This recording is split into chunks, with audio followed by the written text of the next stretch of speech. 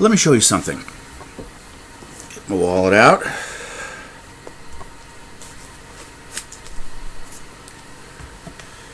You know what this is. You have no problem understanding this. This is currency. It's the currency of the marketplace. In fact, if you take this down to the MOL here in the city of Nashville, you can take this and exchange it for a tie, or you can exchange it for a Starbucks coffee, or you can exchange it for just about anything as long as you've got enough of this to go around, because this is the currency of the marketplace. Now, the currency of leadership, attention. It's all about attention. Getting your team to pay attention to the right goals. Getting your team to pay attention to the right problem. Getting your team to pay attention to the right values. It's all about attention. In fact, that's pretty much what leaders do. Keep the team on the page, focused on the right concerns.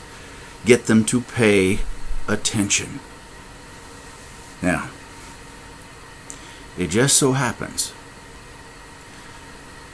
that attention is also the currency of the inner life.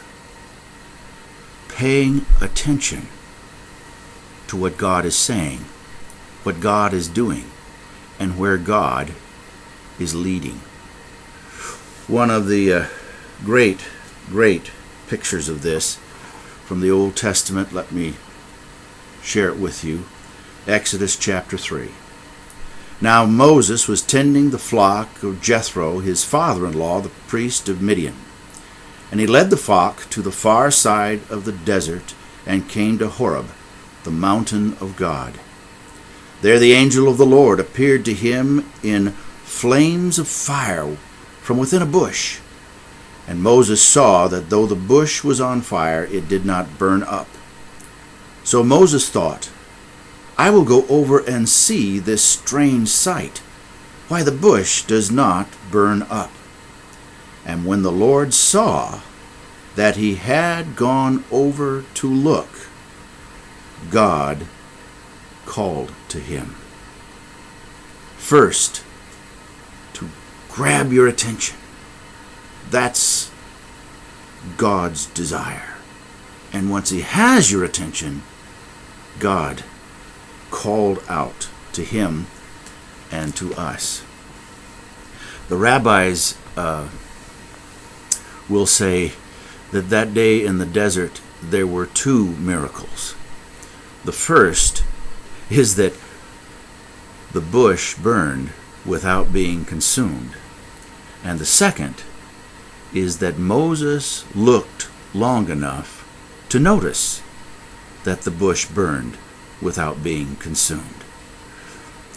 To look long enough at a situation, at a problem, at an issue, at an emotion, at a concern, to see that God is calling to us in that.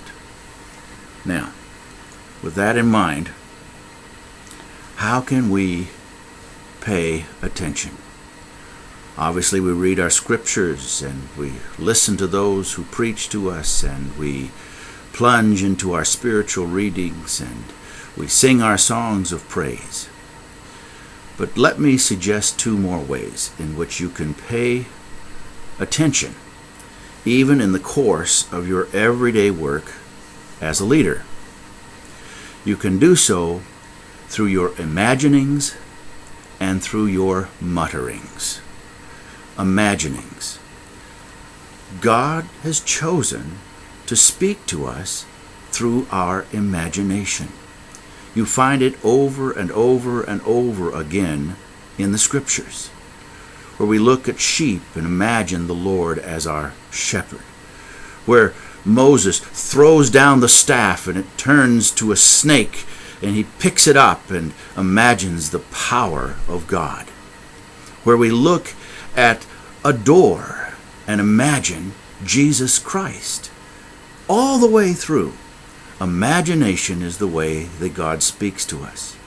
And sometimes, if we can look at a situation and just ask God for an image to give us something in our imagination that helps us to see Him working in that situation.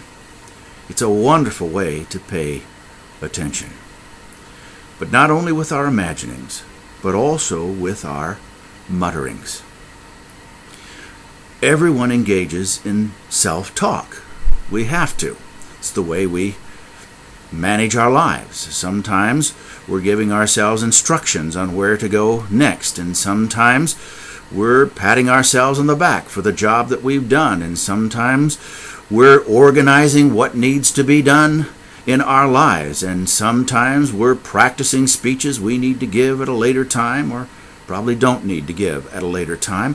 And sometimes we're just sort of being tough on ourselves because we don't like what we've done or feel that we're not competent enough to complete a task or take on an assignment, or we're just plain overwhelmed. But that constant talk within us. Here's something that if you've never tried it before, give it a try. A little verse that says, "Pray without ceasing." What if you turned your self-talk into a constant flow of prayer? I think it would help us to think on all the good things, to see the possibilities, to lay it out there and hear God in it. And on those rare occasions, for some folks who tend to boost themselves up too high, if it's in the midst of self-talk, it doesn't take long to remember who you're talking to, and you no longer think too highly of yourself. It's a wonderful way to have an ongoing conversation with God all day long. Whether it's your imaginings or whether it is your mutterings, whatever your way, here's the goal. Have we got your attention? Attention is the currency of leadership. But first, attention is the currency of the soul.